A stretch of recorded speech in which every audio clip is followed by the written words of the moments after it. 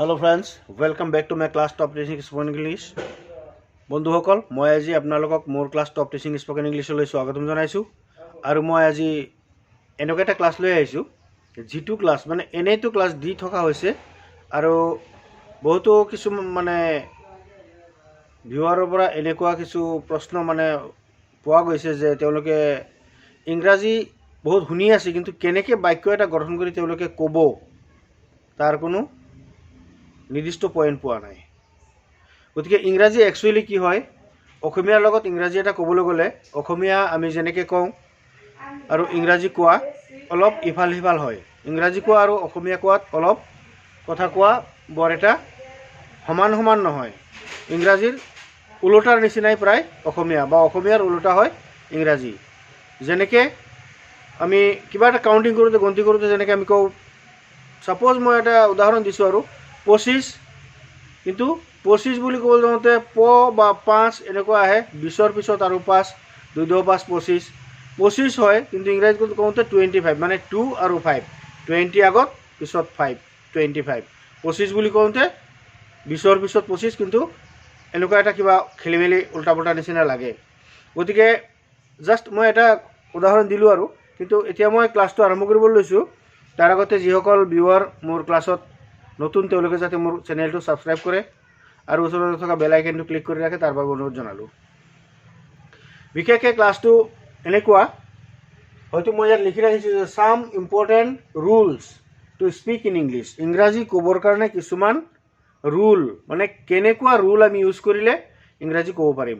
Mainly কি হয়, ইংৰাজী ভাষাটো আমাৰ কাৰণে এক কথাত ক'বলৈ গ'লে থাৰ্ড লেংগুৱেজ, তৃতীয়ত পৰে, কেতিয়াবা কাৰোবাৰ চতুৰ্থ, কাৰোবাৰ দ্বিতীয়। যিটো আমাৰ মাতৃভাষা সেইটোৰ পিছত যদি আমাৰ ইংৰাজী হয় তেতিয়াহ'লে দ্বিতীয় ভাষা, ছেকেণ্ড। ইংৰাজী কাৰো ফাৰ্ষ্ট লেংগুৱেজ নহয়, ইংলেণ্ড বা আমেৰিকাৰ বাদে তেওঁলোকৰো নিজা ভাষা হয়তো থাকিব পাৰে। এতিয়া কথা হ'ল, আমি যেনেকৈ আমাৰ মাতৃভাষা কওঁতে কি কৰা হয়, আমাক কোনেও শিকাই দিব নালাগে, বা একচুৱেলি জন্মৰ পৰাই আমি শিকিও নাহোঁ, কিন্তু মা বাবাৰ কথাৰ পৰাইহে শিকা হয়, বা মানে বাচ্ছাৰ পৰাই চব কথা আমি কাণেৰে শুনি শুনি চব বস্তু ভিতৰত ছেভ হৈ থাকে, তাৰপিছতহে কোৱা আৰম্ভ হয়। গতিকে শুনি শুনি শিকা হয়। গতিকে ঠিক যিসকল ভিউৱাৰে মোৰ লেচনটো আজি চাই আছে বা চাব, তেওঁলোকৰ মোৰ অনুৰোধ যাতে ভালকৈ প্ৰথমৰ পৰা শেষলৈকে ভিডিঅ'টো চায়। গতিকে মই আৰম্ভ কৰিবলৈ লৈছোঁ যে some important rules to speak in English. ইংৰাজী ক'বৰ কাৰণে কিছুমান ৰুল, আৰু সেই ৰুলবিলাক কি? প্ৰথম ৰুল হ'ল আমি শব্দ ভাণ্ডাৰ জানিব লাগিব, ভকেবুলাৰী জানিব লাগিব। 1 নম্বৰ ষ্টেপ হ'ল, মানে পইণ্ট হ'ল,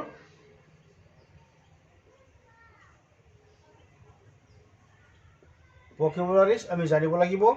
2 নম্বৰ আমি ভাৰ্বখিনি জানিব লাগিব। তাৰপিছত আমি ফ্ৰেজ জানিব লাগিব।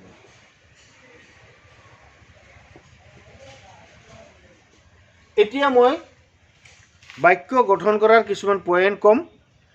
যেনেকৈ ভকেবুলাৰীটো জনা হোৱাৰ পিছত মানে প্ৰত্যেকটা শব্দৰ আমি অৰ্থ জানিব লাগিব।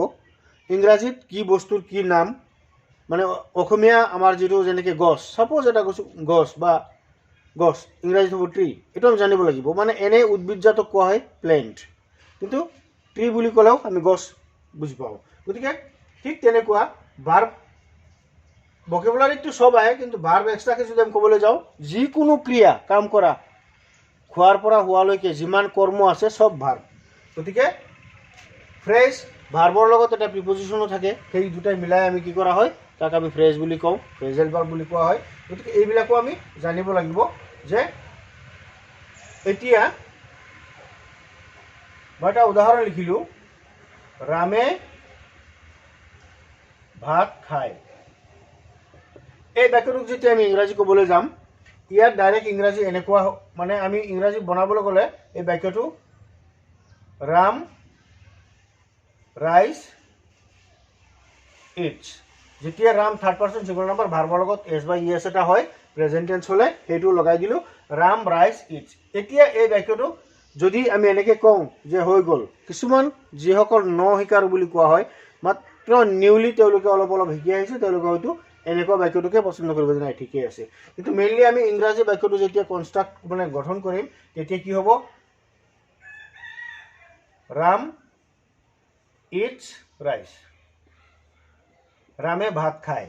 ঠিক আমি এই কথাটো মানে শিকাৰ পিছত যেতিয়া আমি এই তিনিটা বস্তু শিকিম, ভকেবুলাৰিজ, ভাৰ্ব আৰু ফ্ৰেজেছ, এই বস্তুকেইটা শিকাৰ পিছত আমি শিকিব লাগিব গঠন, বাক্য কেনেকৈ আমি গঠন কৰিব লাগিব, মানে বাক্য ৰচনা, মেক চেণ্টেন্স বুলি কোৱা হয়, বাক্য ৰচনা শিকিব লাগিব। আৰু এটা মই উদাহৰণ দিছোঁ। এতিয়া এই বাক্যটো যদি কোনোবাই ভাবে যে শুদ্ধ, কিন্তু শুদ্ধ নহয়। আমি বাক্যৰ যিটো গঠন, শব্দ গঠন কৰি মানে কি হয়, আমি আগতে জানিব লাগে এনেকুৱা যে কেইবাটাও লেটাৰ বা এলফাবেট মানে আখৰ লগ লাগি এটা শব্দ হয়, আৰু কেইবাটাও শব্দ লগ লাগি এটা সম্পূৰ্ণ অৰ্থ প্ৰকাশ কৰিলে মানে শুদ্ধ গঠনমূলক অৰ্থ প্ৰকাশ কৰিলে তাক এটা বাক্য বুলি কোৱা হয়। এনেই এইটো কিন্তু এটা বাক্য হোৱা নাই, কাৰণ তাৰ অৰ্থটো গঠনমূলক হোৱা নাই। ৰাম ৰাইচ ইট এনেকুৱা নহয়। গতিকে আৰু এটা, তেওঁ সদায়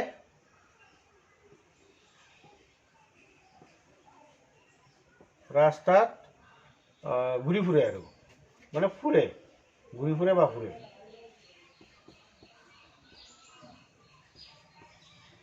তেওঁ সদায় পিছবেলা দি দিলে, তেওঁ সদায় পিছবেলা এটা সময় দিলোঁ, আৰু তেওঁ সদায় পিছবেলা ৰাস্তাত ঘূৰি ফুৰে, তেওঁ সদায় পিছবেলা ৰাস্তাত ঘূৰি ফুৰে। এতিয়া আমি ইংৰাজী গোটেইখিনি শব্দ যেনিবা জানো। তেওঁ হ'ল হি, সদায় হ'ল এভৰিডে বা অলৱেজ, প্ৰত্যেক দিনা বা সদায় অলৱেজে লিখিলোঁ। পিছবেলা আফটাৰনুন, তাৰপিছত ৰাস্তাত বুলি ক'লে ৰোড বা অন দ্য ৰোড, তাৰপিছত ঘূৰি ফুৰে ৱাকছ বুলি ক'লেও হ'ল, ৱাকছ। তেওঁ যেতিয়া থাৰ্ড পাৰ্চন, ইয়াত ৱাকছ। এতিয়া he always afternoon on the road walks, এক কথাত ক'বলৈ গ'লে শুদ্ধ হৈছে বাক্যটো, কিন্তু একচুৱেলি আমি যেতিয়া ইংৰাজীত ক'বলৈ যাম তেতিয়াহ'লে বাক্যটো সম্পূৰ্ণ শুদ্ধ হোৱা নাই, টোটেলি হোৱা নাই। আৰু তেতিয়া এই বাক্যটোক আমি গঠন কৰিবলৈ যাওঁতে কেনেকৈ ক'ব লাগিব, হি অলৱেজ ৱাকছ, মানে পিছত মই আৰু এটা কথা মেইন ইয়াত লুকাই থকা এটা গুৰুত্বপূৰ্ণ কথা মই কৈ দিম, হি always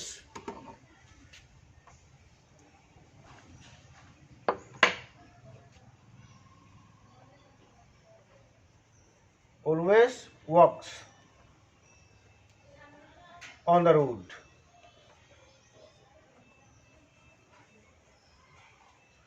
He always walks on the road. তেওঁ সদায় খোজকাঢ়ে on the road, মানে ৰাস্তাত in the afternoon বা actually in the afternoon, এই সময়টোৰ আগত in the হ'ব।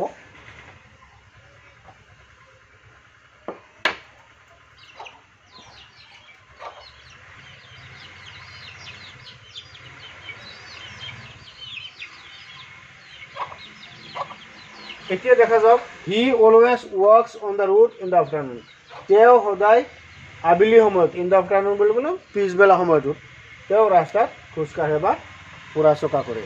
গতিকে আমি যেতিয়া বাক্য গঠন কৰিবলৈ যাম তেতিয়া আমি চাব লাগিব, প্ৰথমতে বাক্য গঠনৰ প্ৰথম সূত্ৰই হ'ল এছ প্লাছ ভি প্লাছ অ', তাৰপিছতো অ' থাকিব পাৰে বা তাৰপিছত এক্সটেনশ্যন কিবা কিবি থাকিব পাৰে। এতিয়া ছাবজেক্ট, ভাৰ্ব, অবজেক্ট আৰু অতিৰিক্ত অবজেক্ট থাকিব পাৰে। গতিকে বা এই বস্তুটোৱে সময় মানে কণ্ডিশ্যন বুজায়, আৰু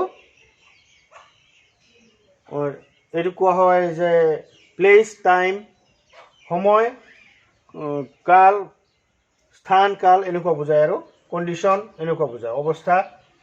গতিকে ছাবজেক্ট হৈ যাব হি। বাক্য এটা গঠন কৰিবলৈ হওঁতে আমি প্ৰথমতে কি কৰিম, গঠন কৰিবলৈ যাওঁতে আমি প্ৰথমতে পাম ছাবজেক্ট।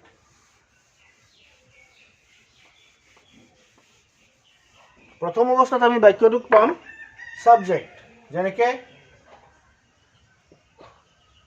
সীতা, এজনী ছোৱালী সীতা, আমি অসমীয়াত ক'বলৈ যাওঁ তেনেকৈ ক'ম যে সীতাই গান গায়। বাৰু ইয়াত লিখিলোঁ, হিতাই গান গায়। হিতাই গান গায় একেবারে ইজি এটা সেন্টেন্স। হিতাই গান গায় এই বাক্যটোক Sita sings SINGS sings a song. ইয়াত সীতা সিংস এ সং বুলি কোৱাৰ এটা অৰ্থ হ'ল বাক্যটোৰ এটা সৌন্দৰ্য আহে, তাৰপিছত এটা গান গায়, গান গাওঁতে এটাই গায়, তেনেকৈ কওঁতে সীতাই গান গায়, কিন্তু ইংৰাজীত কওঁতে সীতা সিংস এ সং এনেকৈ কোৱা হয়। গতিকে সীতা সিংস এ সং লগে লগে কি হৈছে, ইয়াত আহি গ'ল সীতা আৰু গান গায়। গতিকে সিংস গায় শব্দটো ইয়াত আছে লাষ্টত, আৰু গান শব্দটো হ'ল মাজত। আৰু অসমীয়াত যেতিয়া আমি ক'ম, অসমীয়াত ক'বলৈ গ'লে ছাবজেক্টটোতো আগত আছেই, ভাৰ্ব, তাৰপিছত এইটো হৈ গ'ল এই ছাবজেক্টটো ভাৰ্ব বোলে, ছাবজেক্টটো হৈ গ'ল এছ, ভাৰ্বটো হ'ল এইটো, আৰু অবজেক্ট হ'ল এ সং। এতিয়া ছাবজেক্ট ভাৰ্ব অবজেক্ট যদি ইয়াত কিবা থাকে, in the stage, in the function, in the musical night, যেনেকৈ হওক, সীতাই মিউজিকেল নাইটত গাইছে বা সেই কথাবিলাক পিছত আহিব, সেইবিলাকে হ'ল এক্সটেনশ্যন। বাকী এতিয়া এই অসমীয়াত যেনেকৈ মাজত আহি গ'ল কি মানে মেইন বস্তু মানে সেইটো অবজেক্টটো, অসমীয়াত বাক্য কওঁতে যেনেকৈ মই ভাত খাওঁ, মই ভাত খাওঁ, এতিয়া এই বস্তুটো হ'ল অবজেক্ট মানে বস্তু, অবজেক্ট মানে বস্তু, মই ভাত খাওঁ। একচুৱেলি যদি এই ভাৰ্ব নোহোৱাকৈ বাক্যৰ কোনো অৰ্থই নোলায়, যদি আমি ভাৰ্বটো কেঞ্চেল কৰি দিওঁ তেতিয়া কি হ'ব, মই ভাত, কোনো অৰ্থই নাহিব ইয়াত। গতিকে অসমীয়াত সেইকাৰণে দুটা শব্দত বাক্য কমপ্লিট নহয়, আৰু ইংৰাজীত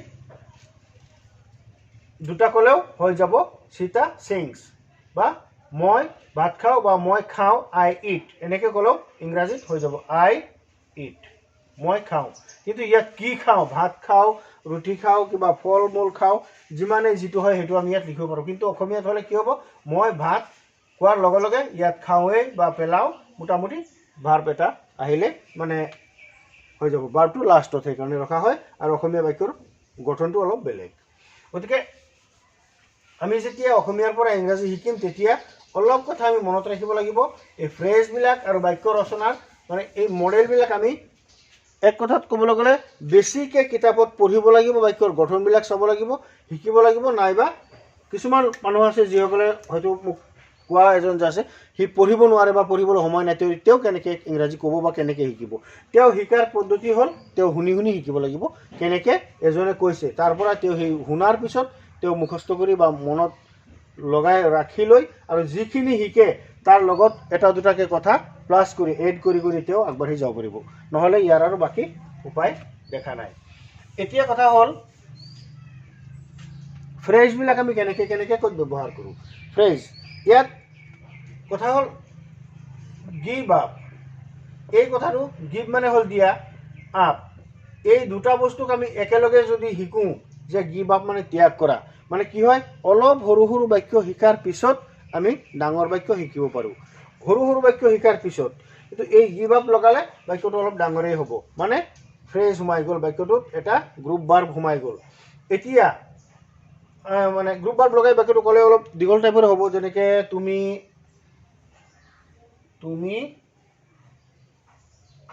বেয়া সংগ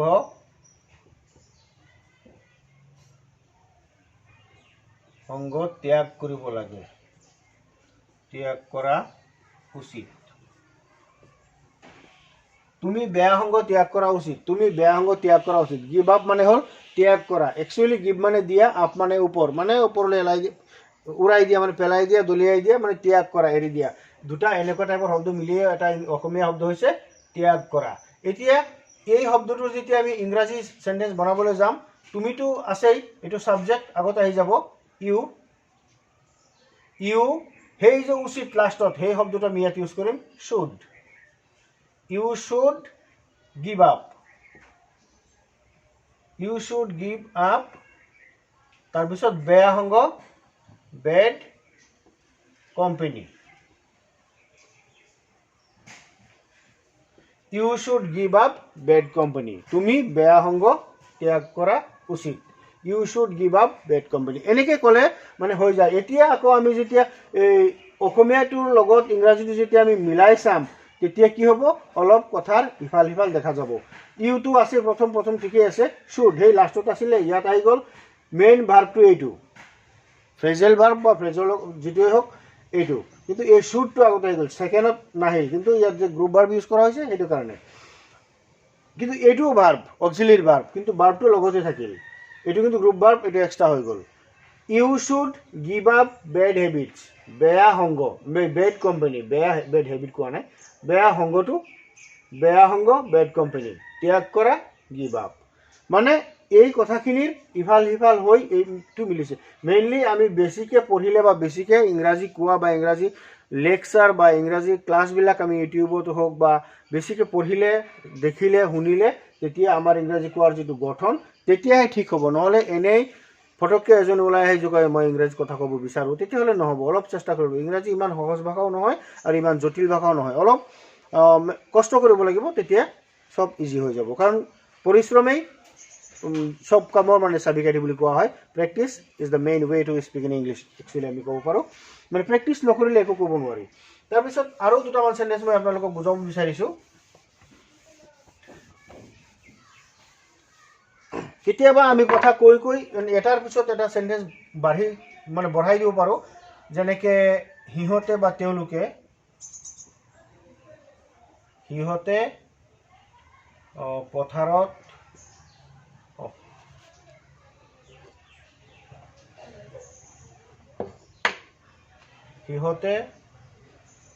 পথাৰত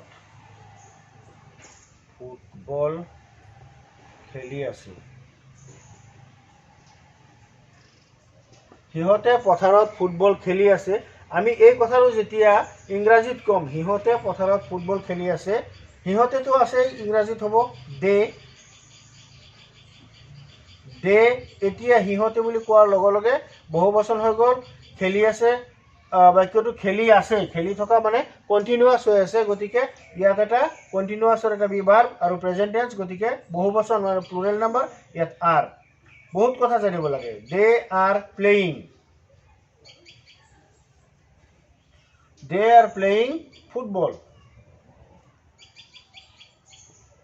football, De are playing football. এতিয়া সিহঁতে, দে আৰ প্লেয়িং খেলি আছে, ফুটবল, সিহঁতে। এতিয়া পথাৰ কিন্তু লগতে আছিলে, কিন্তু পথাৰ এতিয়ালৈকে ইমান দীঘল হৈ গ'ল, এতিয়ালৈকে পথাৰ উল্লেখ হোৱা নাই। They are playing football in the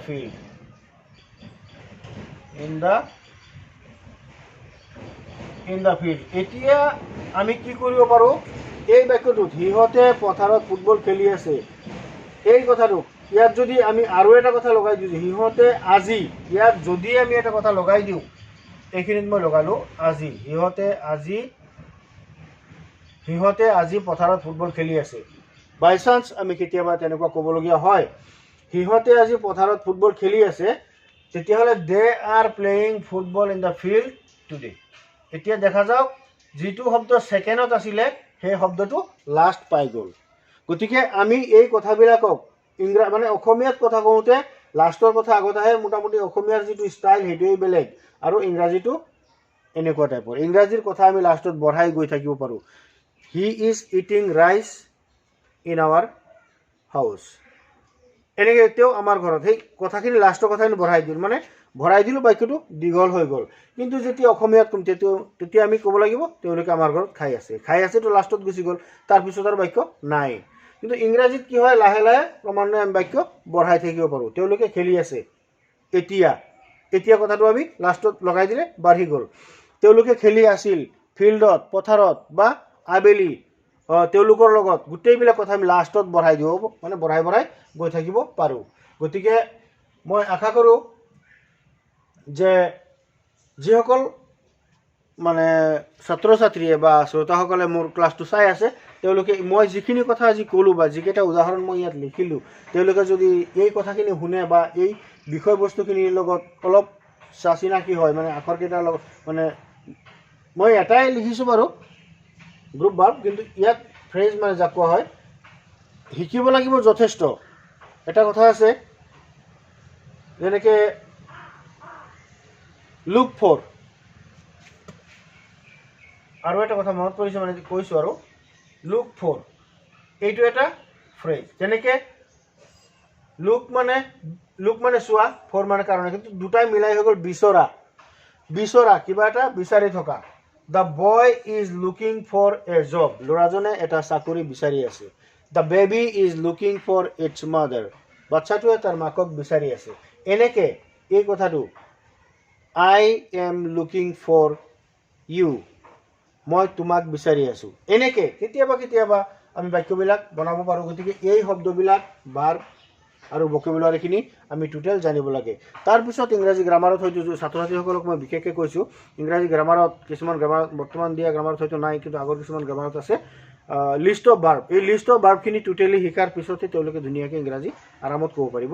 কেৱল অলপ কষ্ট হ'ব মানে কনষ্ট্ৰাকশ্যন যিটো কনজুগেশ্যনত বাক্যৰ গঠন কৰাত তেওঁলোকে যদি অলপ প্ৰেক্টিছ কৰে, অলপ মনোযোগ দিয়ে, ধুনীয়াকৈ শিকিব পাৰিব। গতিকে ছাত্ৰ ছাত্ৰীসকল, মই ভাবোঁ মোৰ ক্লাছটো আজি ল'ৰা ছোৱালীৰ কাৰণে যথেষ্ট উপকৃত হ'ব। গতিকে আজি মই আৰু বেছি দেৰি নকৰি ক্লাছটো এইখিনিতে সামৰিছোঁ। ধন্যবাদ।